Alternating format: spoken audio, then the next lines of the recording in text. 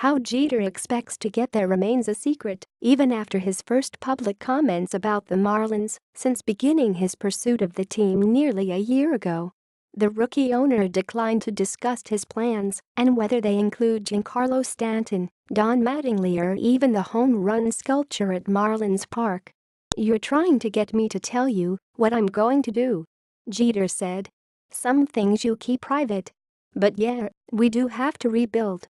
Jeter and new principal owner Bruce Sherman held a 30-minute news conference Tuesday to discuss their investment group's $1.2 billion purchase of the Marlins.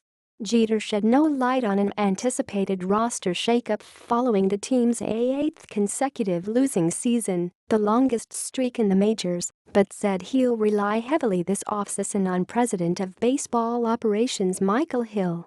"I'm not coming in here thinking I know everything about team ownership. I do not," Jeter said. "One thing I'm good at is knowing what I do not know. I surround myself with people who are much smarter than I am. We have some wonderful people who are working in this organization now. We are going to add some quality people as well to help us turn this organization around."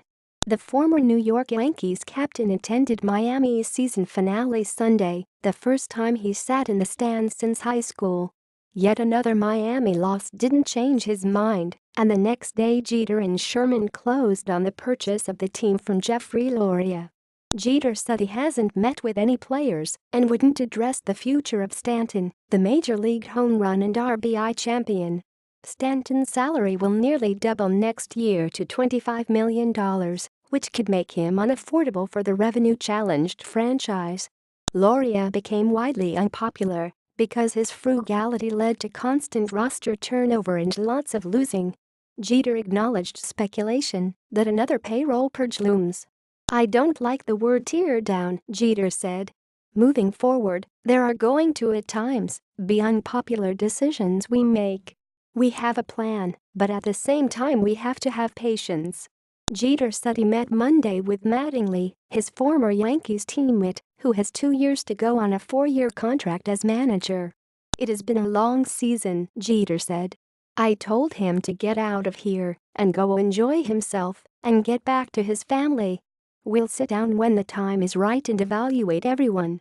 Jeter and Sherman also wouldn't discuss plans for the garish home run sculpture, loved by some, hated by many.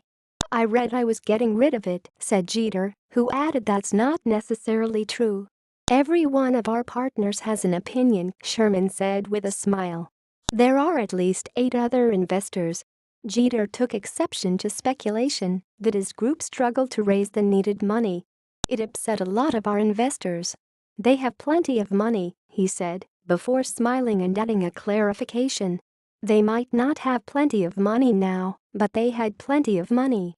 The investment group bought a team in debt after finishing last in the NL in attendance 12 of the past 13 years. "We have to engage the community," said Sherman, a venture capitalist who has a home in Naples, Florida. "With Derek's leadership, it's going to be a great opportunity to do that. It is going to be a long-term process." Sherman has the highest equity stake at about 46%. Jeter has about a 4% stake, and he'll lead baseball and business operations as chief executive officer. Jeter, who lives in Tampa, Florida, said he'll be a hands-on owner. "The vast majority of my time will be working for the Marlins," he said. "You have to be present. You have to be involved." He spent 20 years with the Yankees and won 5 World Series rings before retiring in 2014 and often talked of wanting to own a ball club. Now he does. "I like competing," Jeter said. "I don't miss playing the game, but I miss being part of a team."